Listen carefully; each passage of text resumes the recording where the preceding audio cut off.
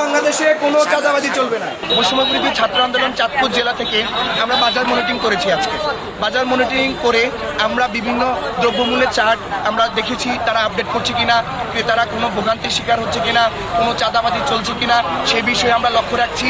আমরা আরও লক্ষ্য রাখছি যে কোনো রকম যেন আমার ড্রাইভার ভাইয়েরা, আমার অটোরিকশা ভাইয়েরা যেন কোনো রকম যেন কোনো টোলের কিংবা চাঁদাবাজির যেন শিকার না হয়, সেদিকেও আমরা লক্ষ্য রাখছি। এবং আমরা আজকে ঘোষণা দিয়ে দিয়েছি কোনো রকম টোল এবং চাঁদাবাজির ফাঁদে পা দেওয়া যাবে না। যদি কোনো রকম টোল কিংবা চাঁদাবাজি যদি চলে তাহলে আমাদেরকে অবগত করার জন্য বলেছি। আমরা সর্বস্ত পর্যায়ে সর্বোচ্চভাবে আমরা এটা দমন করার চেষ্টা চালিয়ে যাব ইনশাআল্লাহ। কাজ সহজ নয়, ভঙ্গুর বন্ধুর পথ ছিল, সেটাকে আমরা অতিক্রম করতে পেরেছি। আসবে পথে আধার নেমে, তাই বলে কি রইব থেমে?